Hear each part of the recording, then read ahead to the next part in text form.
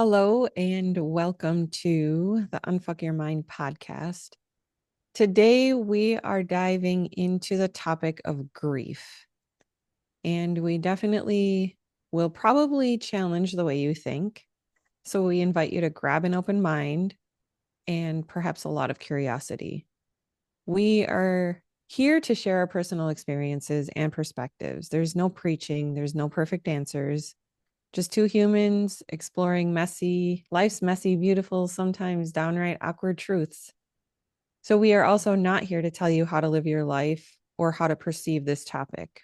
We are here to offer support, to be real, to help you with mindset shifts, and maybe even give you a good laugh. Though, with this episode, we'll see how it goes. You never know with Daniel and I, but this is very much a heartfelt episode. So, our goal is to create a space where all ideas are welcome, even the uncomfortable ones, to offer support to those who might feel isolated or unsure. We respect everyone's unique journey and ask for the same in return. So, let's keep it curious, kind, and talk about some grief. So, grief is one of the things that we think we understand when it that we think we will understand when it happens. But the truth is, when it arrives, it doesn't play by the rules. It doesn't care how strong we are. So today, I think, is a good time to talk about it, specifically because I personally have experienced a lot of deaths in the last few weeks. And human, humans, I will just clarify because where we're taking the podcast, um, grief isn't just about humans transitioning on. It shows up in all kinds of ways when we experience any type of a loss, change, unmet expectations. So, just in brief, I don't know where this episode is going to go. Like always, we just kind of flow through it. But loss of identity, if you change careers or you retire or you become an empty nester, which I'm also headed in that direction because my youngest is going off to college soon, but also healing from trauma. Like these are all things that can, bring grief, friendship breakups, definitely loss of a pet. And I think this one is underrated for so many people. The end of a relationship, rejection from a family member, loss of health. I mean, chronic illness, injury, or aging can bring grief to people, and it tends to be. Are you grieving because of how much you're aging? I'm actually on a mission with that. I am on a mission to keep without without any kind of you're making me switch directions here, Daniel. I know. I had to do it. Like without any types of plastic surgery or injections or anything. I am on a mission to look younger and younger the older I get. That is my mission, to get better and better, because so many people think that as they age, it just gets worse. And I'm just on a mission to make it better. And same, right? And I look. I've never been one to do this. People can call it vain if you want to. I don't care. Um, but I've never. Well, I've actually never done this. But on my TikTok, like 2 days ago, I think I actually posted progress photos of kind of where I started, and it was like an 8 week difference. To be clear, that 8 week difference was when I started that I had a pulled muscle in my back, so I wasn't able to really work out very much at all, do any kind of cardio. It was a little rough during that time. So I had gotten a little more fluffier than usual. But Fluffy. yep. Daniel's fluffy. So, but I'm also blurry. This camera's really starting to piss me off. Just keep talking. It's because you move so much. Yeah, but you would think paying for something it would anyway. But so yeah, so I posted some, progress photo before and after, and I'm not gonna lie, I was pretty damn proud of myself. I mean, I really, really like, one, where I've come from, and then two, like what I've done over the last 8 weeks. Been very dedicated to the process and feel amazing, and just all of it. I do. I absolutely am super proud of that. And yeah, it was, which is interesting when you think about it, because talking about grief, I don't know. Well, I'll let you carry on. Then maybe we'll dive into something. But I'll let Okay. you go ahead Don't and kind of don't forget give, where you're at. because I was But I getting ready to mean, just this right here is a true testament. So thank you for derailing me because we actually didn't derail, but we often think as we get older, we're losing life, but really we're gaining because we're gaining knowledge. We're gaining if I mean if you're living life and you're stepping into your true authentic self and you're learning about who you are, like you have ultimate control. So the whole thought of aging and grieving that, think about I know I wouldn't want to be 21 again.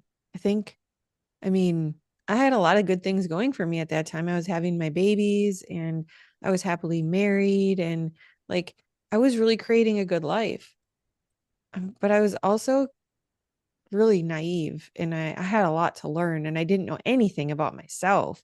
To me, I grieve that person, but not in a negative way, in a, you know, empathetic kind of way because she didn't know any different. But okay, so moving on. well, I think And I that's, think that hit on was something there. Is that I kind of think that's the point, really, is that when you're that young, you're supposed to be naive. Really, you to know some it point, to some it's point, yeah. But there were certain things where I wish I would have had a little bit more knowledge on. Like I had no idea anything about life. right. Nothing. But I'll say So, this: that's you now looking back on that 21-year-old self, wishing that was the case. And so when you pull those two kind of in perspective, you understand that you didn't know what you didn't know back then. And the beautiful thing about that is what you just said, is I can look back on that person knowing what I know now, wishing I knew that back then, but I do know it now. And to me that's kind of a um yeah, I don't know. I think it's a good thing. That's a testament of growth. That's a testament of the fact that where you've come from, and because it's kind of like the thing about, people talk about imposter syndrome, right? When you well, when you start something new, like, oh, I feel like an imposter. Well, but rightfully so. yeah. You're starting something new. You don't know jack shit about that. It's fine to feel like an imposter. You're starting something new. You're kind of supposed to. That's the beauty of it, is understanding that you don't know. And I think that's, well, it's liberating. It's liberating in the sense that, oh, now I know that I don't know. Yeah. Well, for sure. Um, but yeah, Sorry, I know I went off on a whole thing. as for my younger self, there's what my system, what I'm actually thinking about, and I don't want to get into too much detail, but there's some leadership that I wish I would have had with direction that I didn't have. And that's kind of the part where I kind of with empathy grieve for my younger self. But I don't want to get too far into that because I don't want to, sound like I'm bashing my parents or something like that. Cause that's not it at all. Cause they were also doing the best that they could with what they knew at the time. But Yeah, my parents. anyways, that's a whole different podcast. Okay, so unfulfilled dreams. the career that never happened, the family you imagined of having and didn't have, or the path that life didn't take that you wanted, moving or changing homes. I mean, there's a lot of memories there. Loss of financial stability, bankruptcy, job loss, major financial struggles, loss of faith or beliefs, questioning or leaving behind long held beliefs can feel like losing a part of yourself. This one I really relate with because, you know, with our whole religion sucks episode, that hits really hard. Loss of a community, like leaving a job or moving away, loss of safety, experiencing trauma, a break in or anything that shakes your sense of security can bring grief. So, grief isn't limited to death. And I think it's really important to acknowledge that because I think a lot of these other things, when we have emotions about them, they can be disregarded. Oh, get over it. Oh, it'll be fine. Oh, I don't know why you're feeling that way. Oh, there's a new path for you, which a new path for you, yes. But you also want to take time to acknowledge the feelings of what has shifted and honor that because you had an emotional attachment to it. So it's not a straight line. It's just not. Um, yeah. So I don't know. Which topic do you want to go with? Do you want to go with actual? Here. This is what I'm gonna do because we're gonna hit on this first, and maybe then we'll transition out of it. But since I have had quite an amount of death around me, it has been a really challenging last month. I have been extra quiet, and for the people that pass on, I am really happy for them in the peace that they have gained because I know there's been a lot of people suffering. But I don't want to cry. it, uh, breathe. It's the family members, it's the people that loved them that are left behind in missing their presence. That that is what touches my heart the most. And my grandfather passed away like 2 years ago, and he was a highly important man in my life. And I still have not grieved. I've not started the grieving process. And I'm kind of just honoring it, knowing that when the time is right, it will happen. But I also am aware that my body doesn't want to feel that pain. So it's stuffing it down, which is not healthy. But I can't force something that's not ready to show. And with that, I just want to make this known.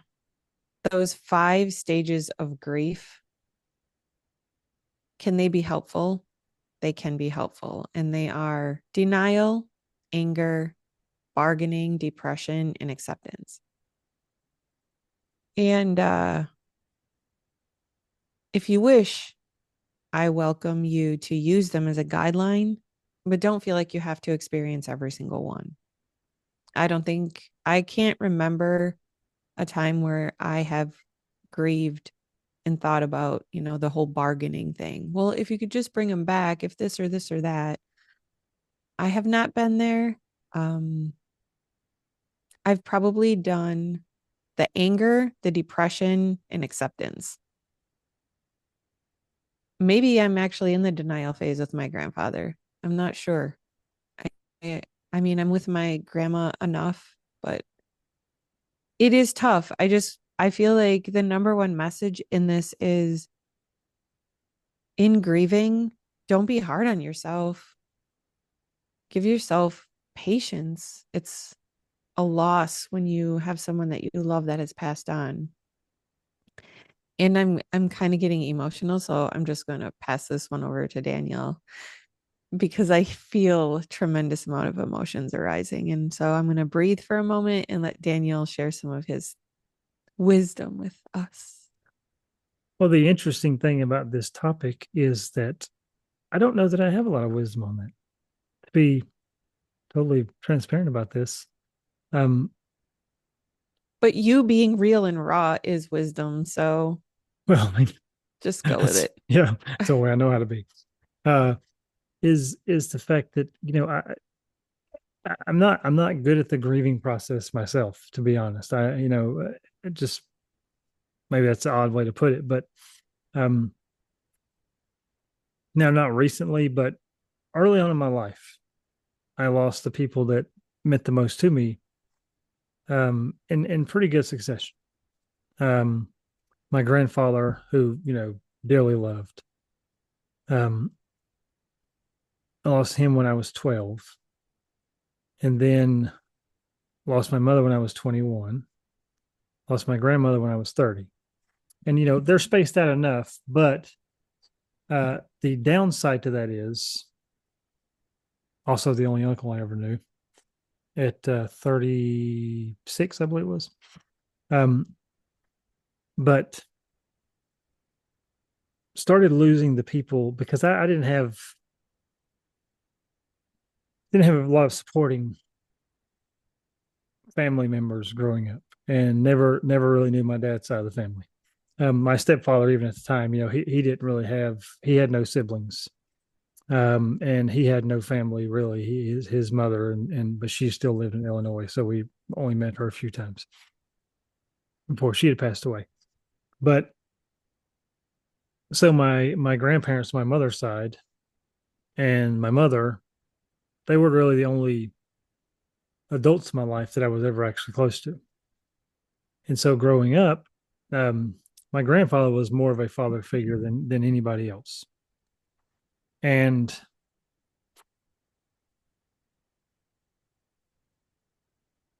losing him at such a young age was pretty rough.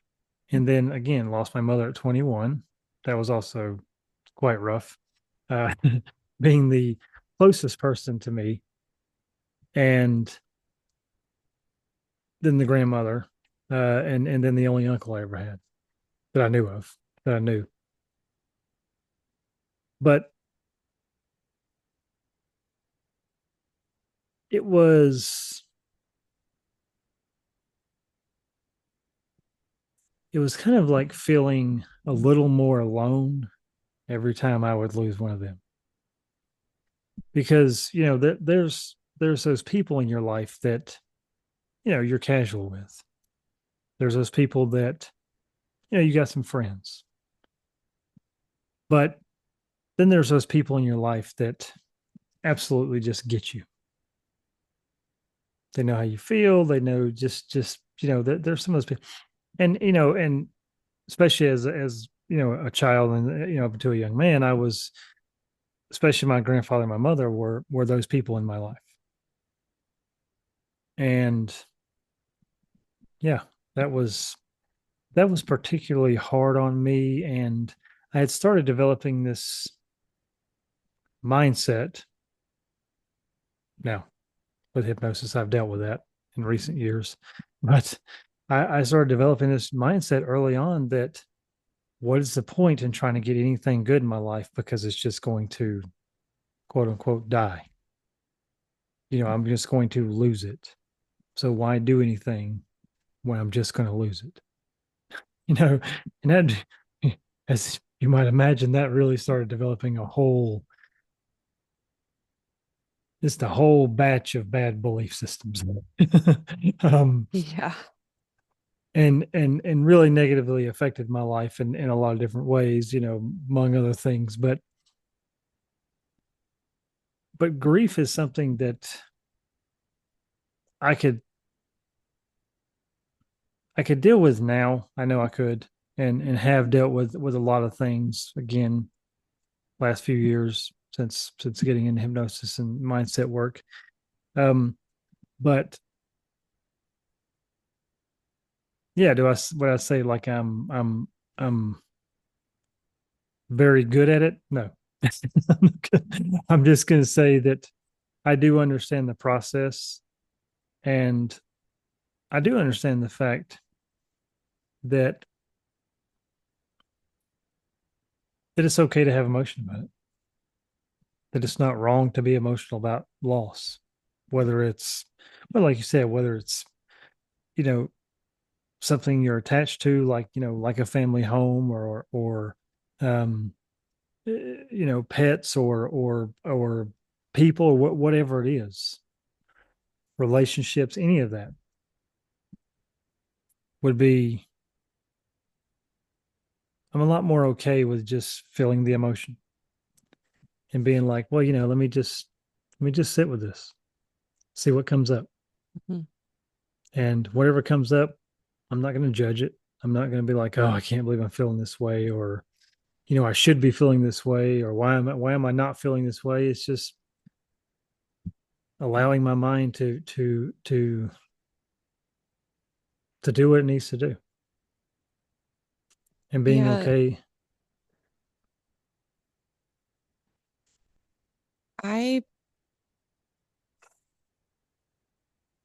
for the open-minded people that are willing to go this route, there's often times where when somebody passes away, I feel closer to them. And I think like specifically with my grandpa, I have not felt that. I have felt like I don't know where he is, which is not something I can ever remember experiencing as an adult. Usually I feel very, I don't know if I have the words. I can feel a presence like, okay, I know they're okay because I'm very intuitive and I have a lot of extra gifts that one needs to be open-minded to understanding.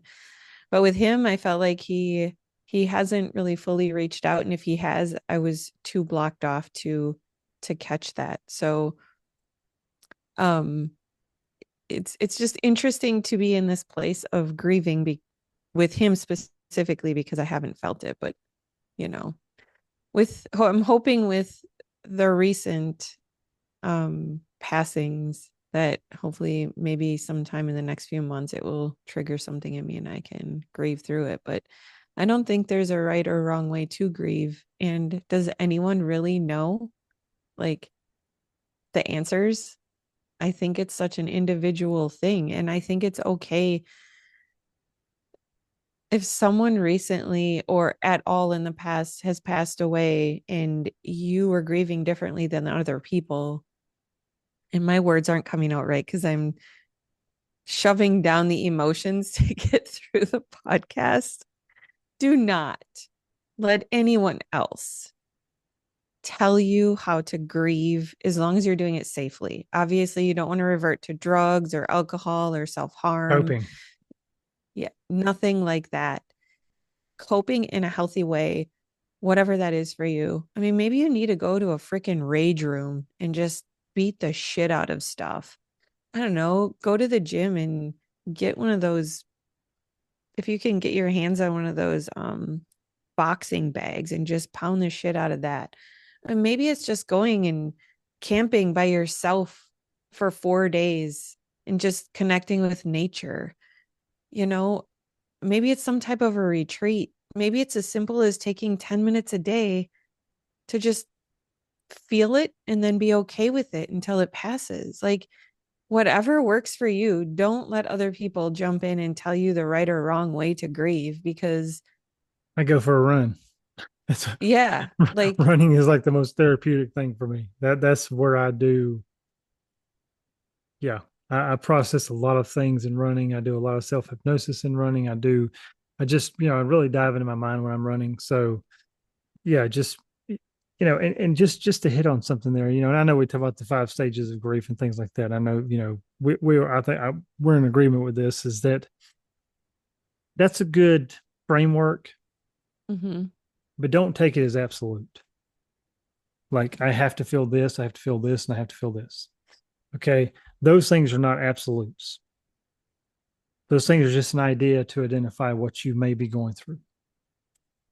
And because the one thing that all humans have in common is that we're all uniquely different. All of us, our minds work in a different way. And so however you grieve, just like Jamie said, in a healthy way. Um, yeah, just allow that to happen. Just be okay with just sitting with it, because I think that's the biggest thing that I was probably never taught was that it's okay to be emotional. It's okay to hurt. It's okay to be angry about losing someone or something, or whatever the case may be. It's okay to, yeah, kind of experience that little bit of a denial. Like, no, this can't be happening to me. Just understand that it is a stage, right? Don't set up camp there. Have your mail forwarded there. Don't, you know, don't stay there forever, right? It's just remind yourself that, yeah, this is a part of it, but it's not the end of it.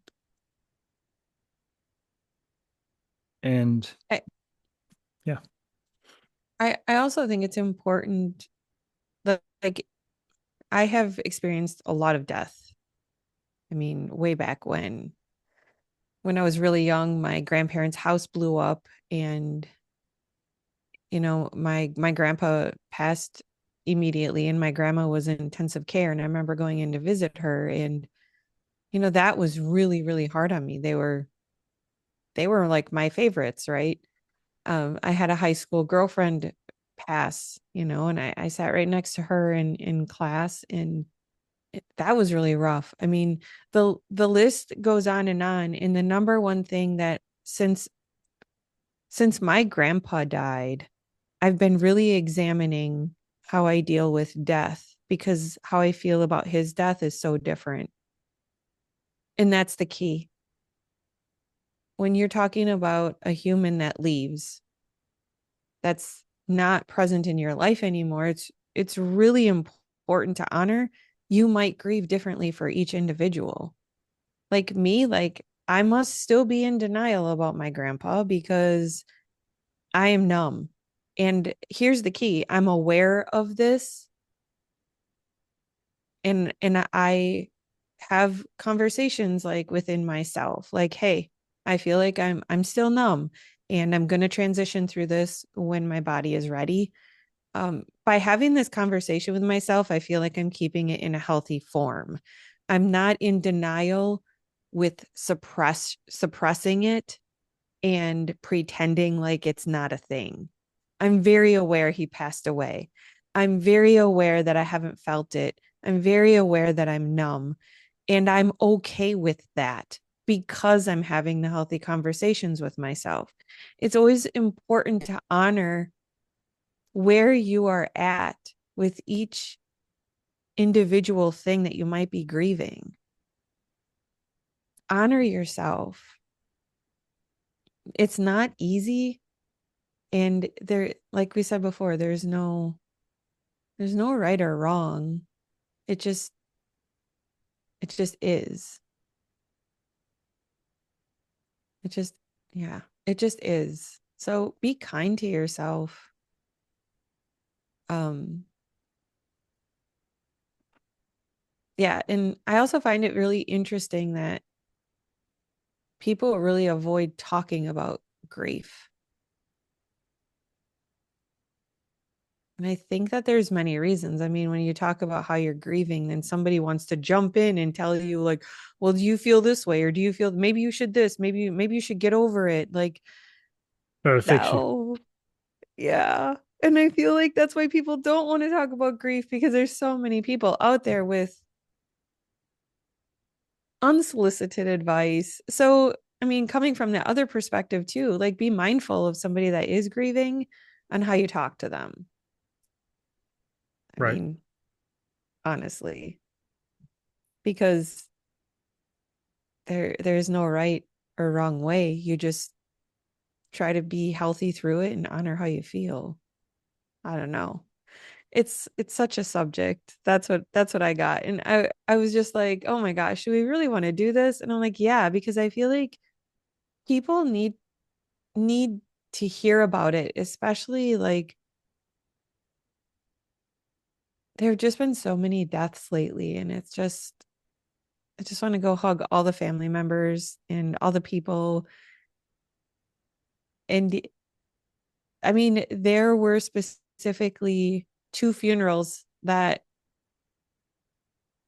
and I'm trying to word this in a not judgmental way of myself, that I should have gone to. And I'm not usually a should have person, but if I'm being completely vulnerable and real, I couldn't get myself to go. I just couldn't. I could not get myself to go. One,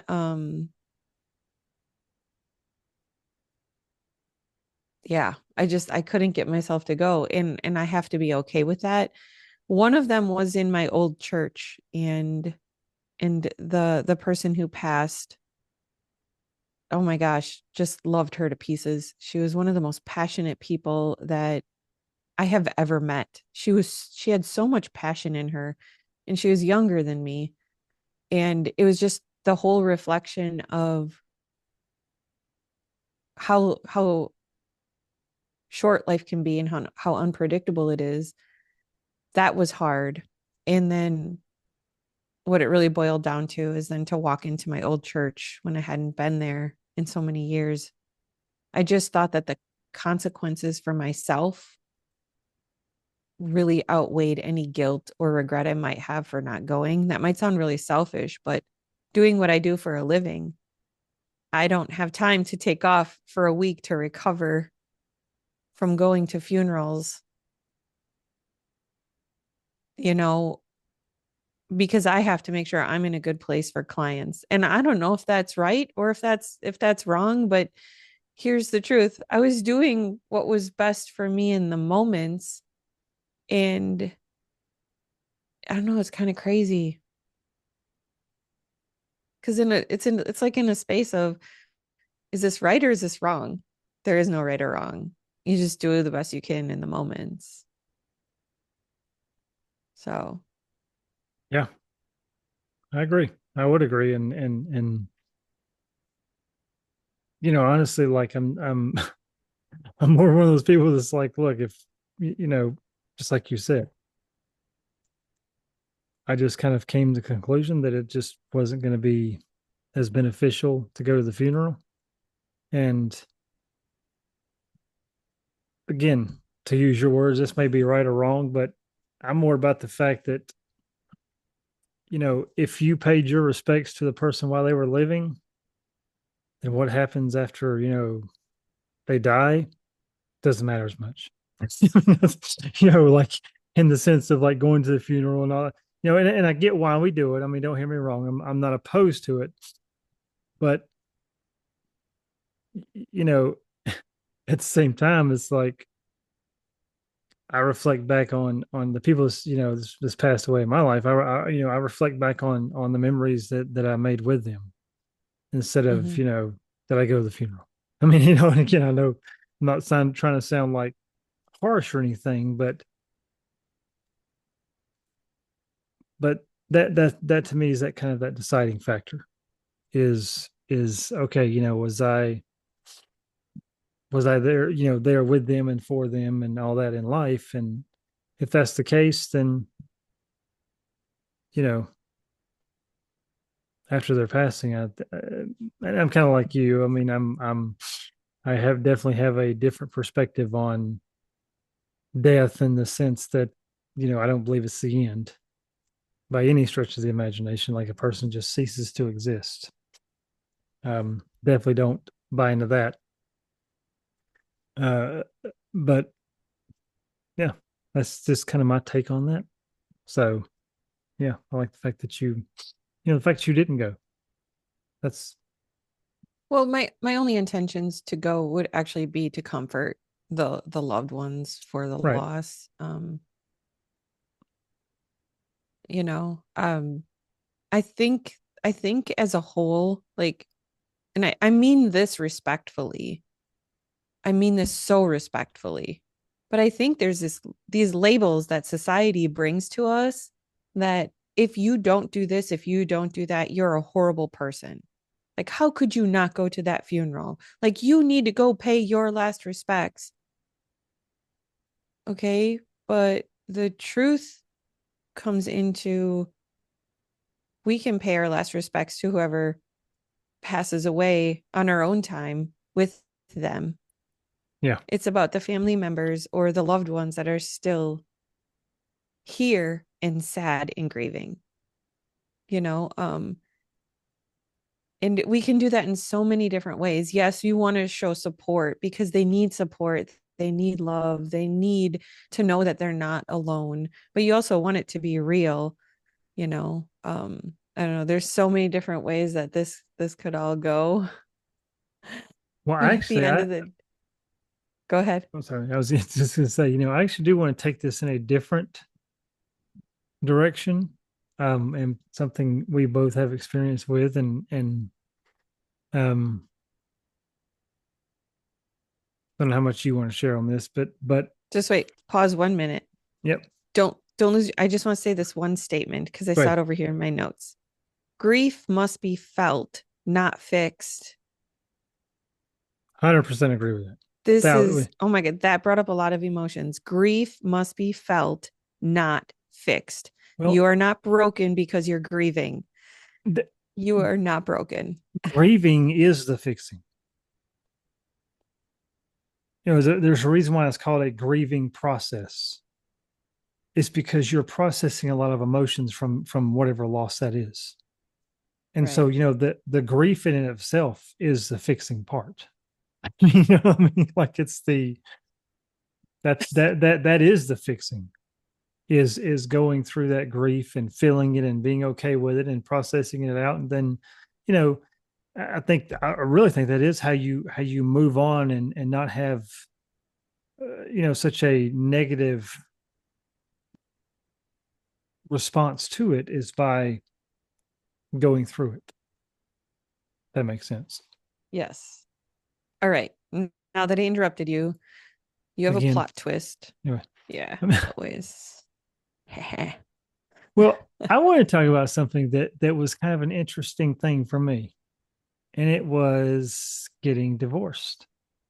Mm, When I got divorced, because my first marriage, um when that ended, there was a little bit of a process that I went through with that. Because now, granted, I never wanted to be married more than once ever. I never wanted to be divorced, but my first marriage ended not by me and not because of me. I'll just say it that way. But I remember thinking that when I went through that, there was this kind of process of like, damn, I feel like a failure. I feel like that I have epically, even though, again, it wasn't anything of, I mean, I wasn't perfect, but why she ended the marriage was very much beyond my, uh yeah. control. Yes, there we go. It's a good way to put Okay. it. I Um, wasn't sure. I didn't want to put words in your yeah, mouth. I'm not trying to, I'm not trying to throw off on somebody else, because it was a weird thing, but yeah, just to say, I um, was not the reason why it ended, nor was I the one that ended it. But so, but with that came these kind of emotions of feeling like I had failed, feeling like, the whole not good enough thing, the whole, why is this happening to me thing, the whole, like, I never wanted to be here. And, there was an interesting process with that going through that kind of helped me kind of see, because I did recognize it even back then. This has been, Lord, 20, almost 20, now 20, about 17 years ago, I think now. But going through it even back then, kind of allowing myself to just feel all those things, and look at the now it was a little easier for me to get through simply because I was not at fault. I mean, again, I'm not um but because I was not at fault, it was a little easier to kind of pass through some of that stuff. But it was that I would definitely describe that as a grieving process because there was a lot of those principles, denial, anger, the kind of self-worth issues and just that stuff kind of coming up was interesting to me to kind of feel that just over getting divorced, right? Because it brought up all these things of like a grieving process. And it did feel somewhat similar to like losing my mother or my grandfather and stuff like that. It was, definitely not that dramatic, but there was a lot of emotions and a lot of, yeah, some denial, blame, and self-worth issues and things like that. And that was kind of a process for me to walk through and seeing what I saw about myself was definitely, and again, going through it was beneficial in the sense that it exposed some things in me. So yeah, I'll just kind of say that. Um, for me, I yeah, I definitely never wanted to get divorced. That was not a thing. Like I was the person that would literally say, I would bet my life on it. We'll be together forever. I was in it. I Same. was in it for the long haul. There was just no other option in my mind. Like we made these vows, we are committed. This is how it's going to be. Um, and I have actually had people leave my life because I refused to share details. I'm like, what happened between my ex-husband and I is between us. Right. I do not feel the need to drag anyone through the mud or share anything for Same. validation for people. So that has caused a lot of grieving in my life. Those people that have chosen to leave has been one in particular, excuse me, but so fucking hurtful. But I've transitioned through that. But for me, my grieving process for the divorce, I handled it very differently. I actually grieved beforehand. And I think it was because it's easy to point out things and blame other people. And I thought, okay, everything takes two. So it took me quite a while to figure out what is my role in this? What am I doing wrong? Why things aren't working? And I refused to let myself even consider the divorce process until I could figure out my faults. And so that was highly emotional, recognizing where my faults were and facing that. Like, wow, wow. Like, I wonder if I would have seen this sooner, how it could have evolved differently. Well, then it was probably for me a 3-year grieving process while I was still married, trying to put all these pieces together, trying to figure out how to resolve things. And I cried and I cried. And I'm like, is this possible? Can this be saved? And it was almost like when I stopped crying, the answer was there. You have one final thing to do. And if that doesn't work, this is your answer. And yeah, so I can confidently look back and say that I'm proud of myself because I didn't just jump into this is bullshit, this is stupid, I want a divorce. I It was years before I actually made it that far because I made myself. I don't even know how the hell I knew to do it. I think I just didn't want to give up and I didn't want to have any regrets. But I literally took like 3 to 4 years of just grieving. and trying to work through things so that when the process happened, I mean, I can look back and think, yeah, it kind of sucks, but it wasn't meant to be that way. If it wouldn't have unfolded the way it did, we might not be talking right now, right? Right. Because it forced me into a place of going back to college, something I never thought that I was capable of or worthy of or smart enough of, right? Which is completely ridiculous. You know, um, trusting that process and being okay and just I think that when you give yourself 100% and you're really are willing to face even your own mishaps, it can help transition through any type of a grief on a healthier level, if that makes sense. Yeah. Well, I think that's very, very true. Is that I think it's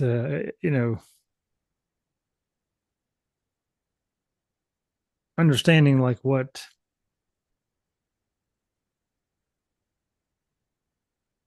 you're faced with, being okay with looking at it. Something I've kind of, I've shared in the recent podcasts is that, even in my own self hypnosis times, like I've been just taking time in my own self hypnosis to just dive into the depths of my mind, and whatever comes up just comes up. And I think even within the grieving process, that's one of those things that is such an important idea, is that you don't try to avoid or try to, cope in some unhealthy manner, whether it be like, binge eating or drugs or, even eating sex, jumping into another relationship, all those things. Like, don't, that's, you know, just sitting with yourself. You are worth so much more than all those things that he said. Anything that is self harm or self disrespect, I promise you, you are worth so much more than all that. You deserve to sit with yourself. You deserve to acknowledge yourself, to say kind words to yourself, and just allow yourself to feel how you feel. I just Yep. had to get that out Oh, because yeah, 100% agree. Is that all those things are just ways of avoidance. And this is something that, agree, you're worth way more than depending on something that's going to bring more harm into your life. And for me, I just can't stress that enough, even in the grieving process, is that one, it's okay to be grieving, and it's okay to not like what happened. you oh, know, yeah. one of those things that I hate people say, is like, oh, well, this is, like, well, at least it wasn't this, or, something like that. I'm not saying there's never a place for that, but at the same time, it's like, okay, if you're one of those people that's either grieving or somebody in your life is grieving, just be the ear. Don't be the Yeah. mouth. Just be the ears. The you sounding know, board. just be the ears. Let them process all that stuff out, all the emotion, because as they're walking through that, there's going to be all those stages. There's going to be the anger. There's going to be the sadness. There's going to be a lot of those different things just going on. And it You doesn't know, mean they're broken. It just means that, again, emotion is energy in motion. So, yeah. coming back to Daniel just saying, just be the ear, don't be the mouth. What you could also do is because everybody transitions or grieves so differently, ask them, What do you do you need? want, yeah, what do you need? Do you want my feedback? Do you just want me to listen? Like, do you know what you need from me right now? If you don't, I will just be here. That's it. Because sometimes people don't know what they need. That happens to me. Like I was sometimes getting ready to I know say, I like, need. I need something, but I don't even know what that something is. And chances are it's some type of an emotional fulfillment that I'm seeking. You know, Well, I've that's learned, I was just gonna say I've really tapped into myself and learned more about me, how I work, and what my needs are. So even in the moments when I feel like I don't know what I need right now, it's probably some type of an emotional fulfillment. well, and that's where I agree.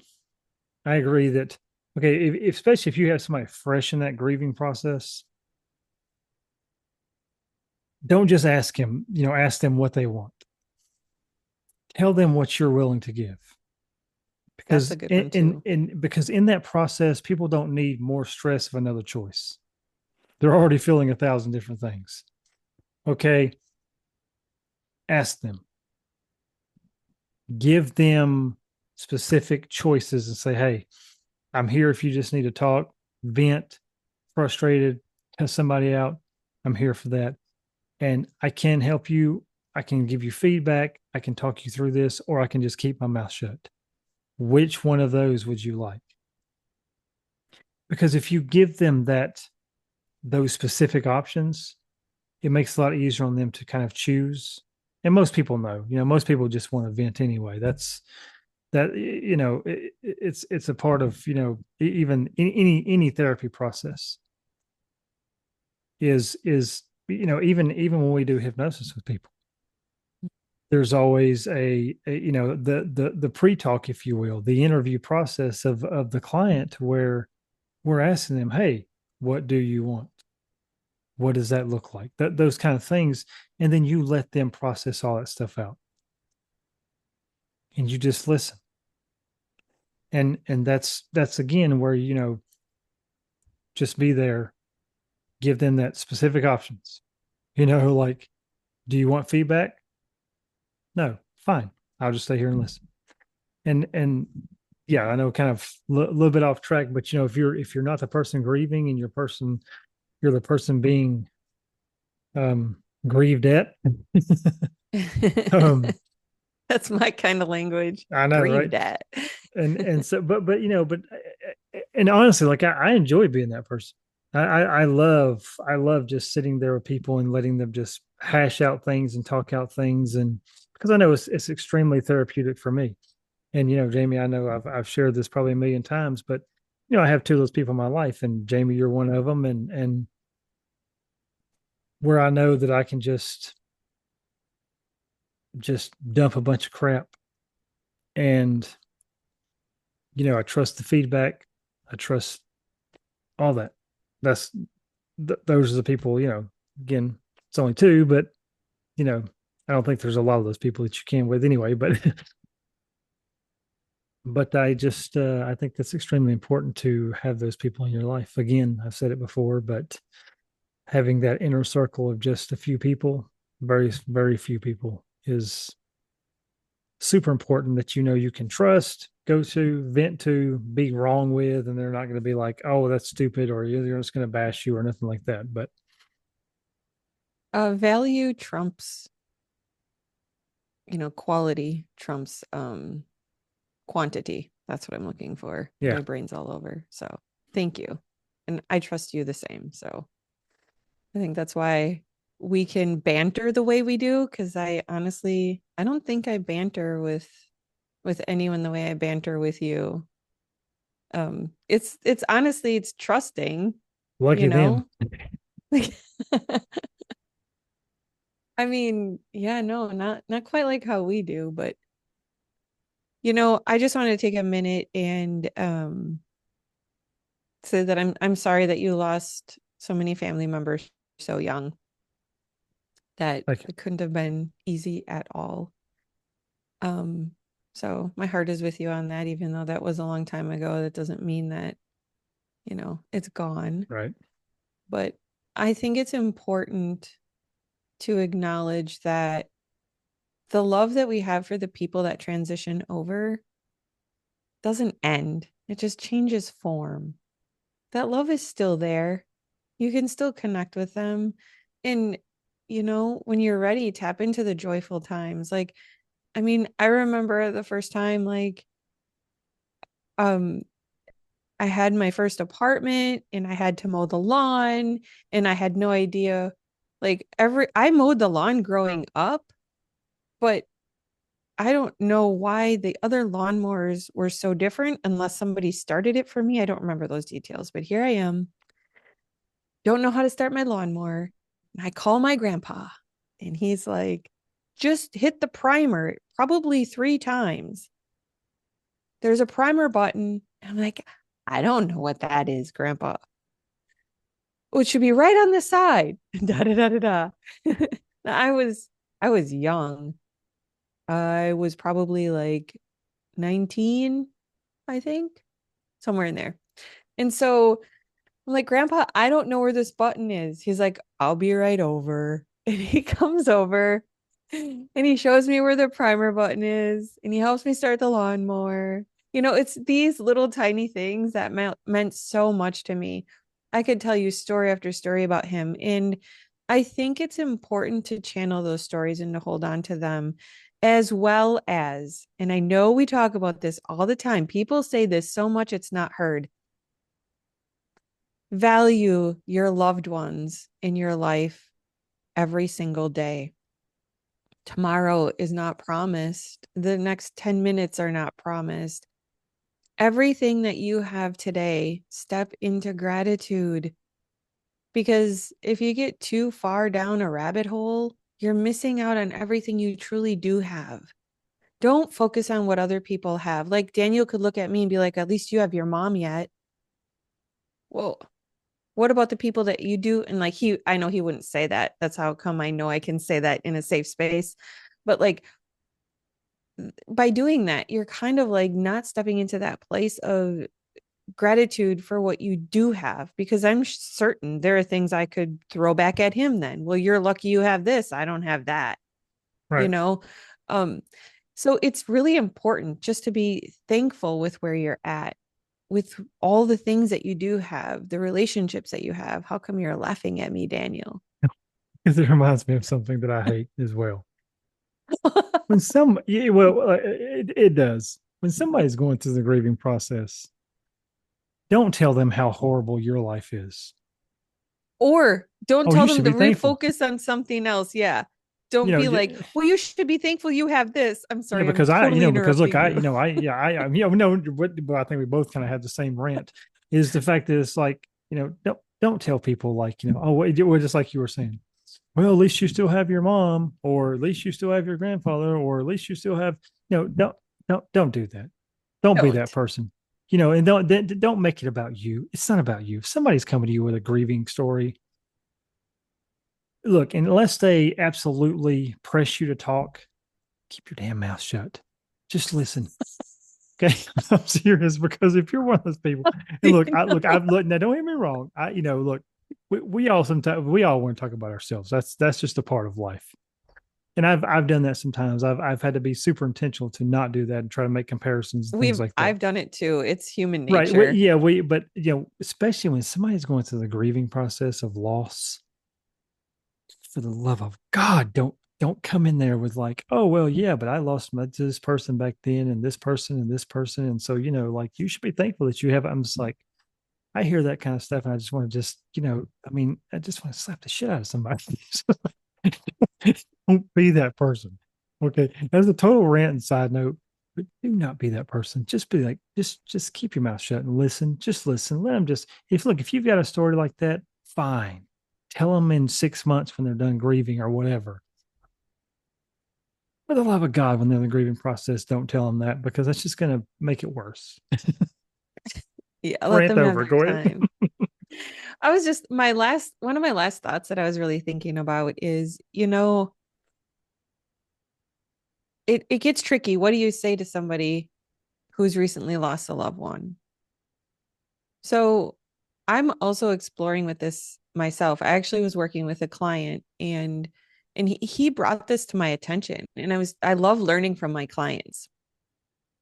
He's like, when people pass away and you walk through the line or you go to greet the person, and so many people say the same thing. And he's like, I like to try to deliver and express my sympathy for them and find creative ways to say that.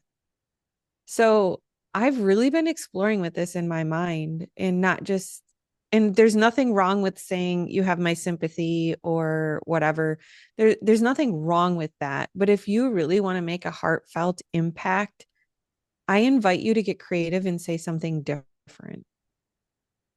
Find something from your soul that you could say to them to give them comfort more than you have my sympathy. You can say you have my sympathy, but what else do you want to say with that?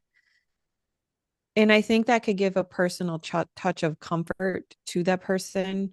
Because when you hear the same words over and over and over, you'll wonder like they're just words. Where's the emotional impact? Where's the real care and concern? But I'm not faulting either side because the truth is, who the fuck knows what to say when this stuff happens? So I'll just leave that there.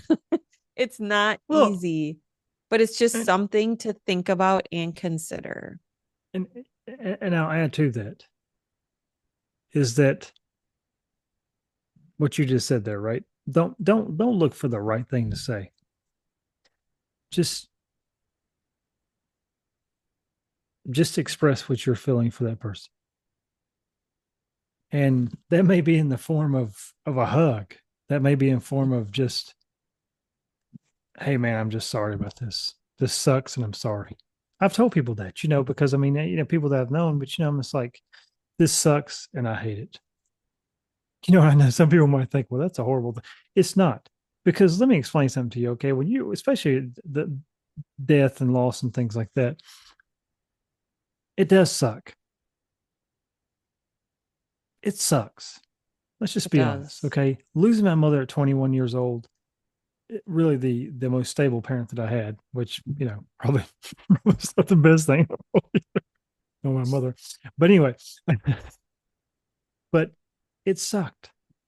It absolutely sucked.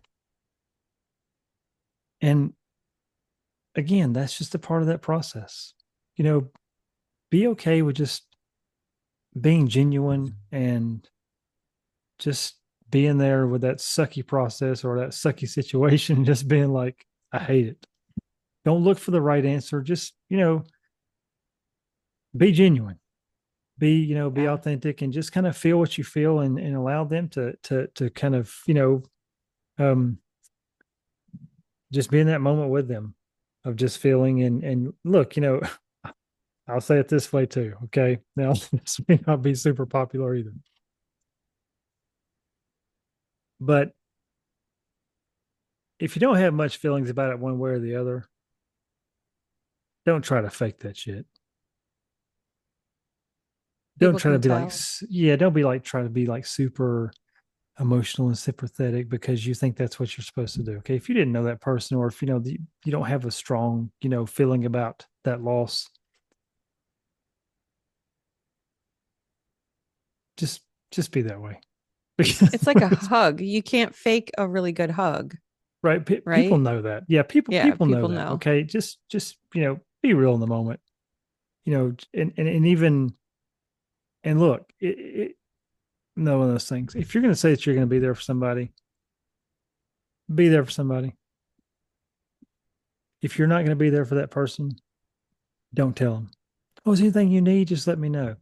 Okay. Don't if it look if you're not and look, I don't care what society says. I know that's what you're supposed to say. Blah blah blah. Horse shit to me, but um, you know, if you know good and well that you're probably not going to be there for that person, don't tell them that. You know, It's just there's enough to say, hey, I'm sorry. Move this on. is interesting. It's probably about time to wrap it up, but this It is is. so interesting that you say this because I will actually say to myself, if those words flow out of my mouth, like I'm here if you need something, my conscious mind and subconscious mind like connect and they're like, if they reach out, you're making time to help them. Yep. That's just how it is. Mental note, I said that. I need to follow through in the event that they need my assistance. 100%. So, And if you don't think you can follow through, Don't say Don't it. say it. Just it's fine to not say it. It's okay to not say it. If you know you're not going to be able to follow through. And look, that could be just if your life's full of stuff going on at the moment, and you know that look, if they reach out, I'm probably not going to have the time or the ability to help them in the way that they need it. Don't say it because people in that moment are vulnerable and they may need Yeah. it. So allow somebody who can be there with them to say that and they can genuinely, help. And again, that's not a dig on anybody. It's just the fact that, look, if you know that you can't, don't say it. Don't be superficial and be like, oh, this is just what I'm supposed to say. Right. Only say it if you mean it. So, yeah, it's kind of a long little rant, but I experienced some of that as well, and I don't like it. Yeah. It's hard. You just want to trust. I think we say things so often and they're on repeat that when people hear them, they don't know, they're not taking it genuine because it's on such repeat and society's doing what they're supposed to do because there's this program. and and I just want to put it out there, invite you to break the program, be genuine, try to think of something else to say. Like for me, it's always like, my heart is with you, like I am genuinely so sorry, or something like that, but try to break society's patterns, see what you can come up with, and give a little bit of extra comfort. So with that said, I have something really cool to share. My toe reading party, the link is live. Yay! So it is scheduled for April 13th at 6:30 p.m. Central Time. That is a Sunday. And it is $7. That's a 93% savings off of a full toe reading. So you no longer Seven have dollars? to, it's only $7. Jeez, I don't know if I can afford that. $7. Right.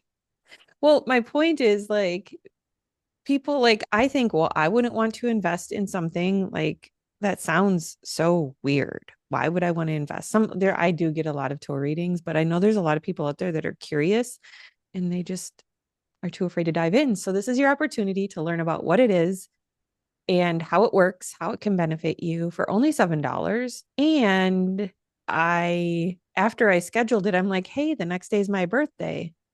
How can I tie in a birthday present for everyone? So for anyone that signs up, I will have the link in the description of this podcast. For anyone that signs up, I and stays until the end, I will announce my birthday gift for celebrating my birthday to you if you're interested.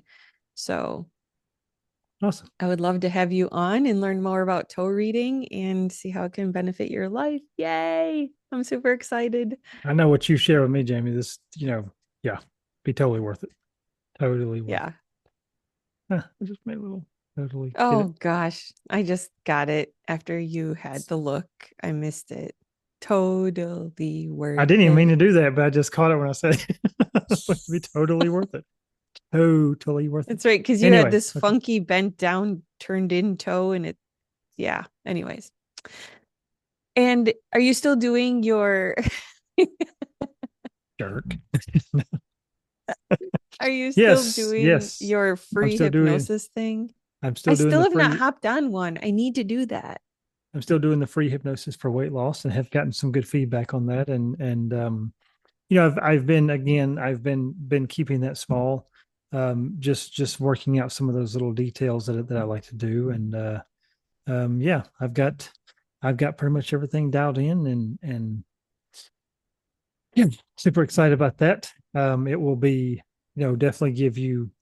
Um, there's three main things that I'll give you on the front end: the information of how to begin to kickstart your weight loss journey, to make some really, really good drastic changes in your life. And then at the end of it, we'll do live hypnosis for specifically portion control, which will cut down how much you eat, which in turn will cut down how much you weigh. It's a calories in, calories out principle, which is the core foundation of weight loss. And this is the most effective way of doing that I have found, and have done that for individual clients that have paid hundreds of dollars to do with.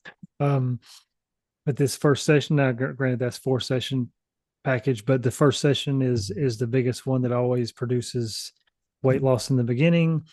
And the reason why I'm offering it for free, to be honest, is because especially here in the United States, we have quite the word that gets thrown around a lot here lately is pandemic. I don't think it's the same thing as we're thinking, because the biggest pandemic we have in this country is the overweight and obesity pandemic. And I'm not saying that in like a body shaming way. I'm saying that in that cardiovascular issues is still the number one killer in the U.S. Heart disease, and the still number one factor in cardiovascular issues is a person's diet, being overweight and obese. And because of that, I just have such a passion for this. I just wanted to do this for free and give it away in that sense of I want people to really get back on a healthy journey for life, and not just have a longer life, but have a higher quality life, because there are so many benefits that you know, being in a good weight, being in a good health and fitness, there's so many benefits to just your mental fortitude. There's so much research on that about how it decreases depression, it helps stress, anxiety. There's so much study done on this that just working out, putting your body through some strenuous exercise releases dopamine, oxytocin, all these feel good chemicals. It really is true, as a saying that I've heard, is that health and fitness is like the gateway drug to success. Mhm. It really is, because of what it does to your mind and body. So yeah, I'm I'll offering just that. I'll just confirm that I have hopped on free calls with other people and they say that they are not a sales pitch and they're not this and they're not that. What I will say about Daniel is it is full of value and it is helping my people jump on his calls from my area, and it's helping them because I know, because they reach out to me. So this call is not really a huge sales pitch. You actually gain value. He actually does hypnosis, and it's Well, I not don't just a draw to get you in. He really is here with goodwill. So I just wanted to actually validate that because I'm receiving a any of lot my of good feedback. awesome. And any of my coaches that they're listening to this, I'm sorry, but I don't actually sell anything. Um, um, I really don't. The only thing that you'll get is a email for a discount code for my hypnosis recordings. Um, because again, it's really not a sales pitch thing for me. This is just a passion thing for me, because I know how, getting my own health and fitness under control has drastically changed my life. And so I wanted to give that away to, especially people who struggle with their weight, and that, because again, confidence, all the things. So yeah, appreciate the feedback, by the way, and the kind words. Of course. And by the way, I do it every Sunday for now. For the foreseeable future, every Sunday at 7 p.m. Eastern time, which is like 7 p.m. New York City time. Um, and yeah, just both of us will have sign up links in the description of the podcast. Yes. Awesome. Okay, so whatever we talk about next time, we have to bring our bantering back because now this is 2 episodes without our bantering, and that's just really sad. So Yeah. we'll have to find something. We will. Oh, But anyway, I'm sure you'll give me a reason. thank you so much for spending your valuable time with us. We appreciate you so freaking much. Make it a great week. And until next time, be good to yourself. Agreed. Thanks for listening.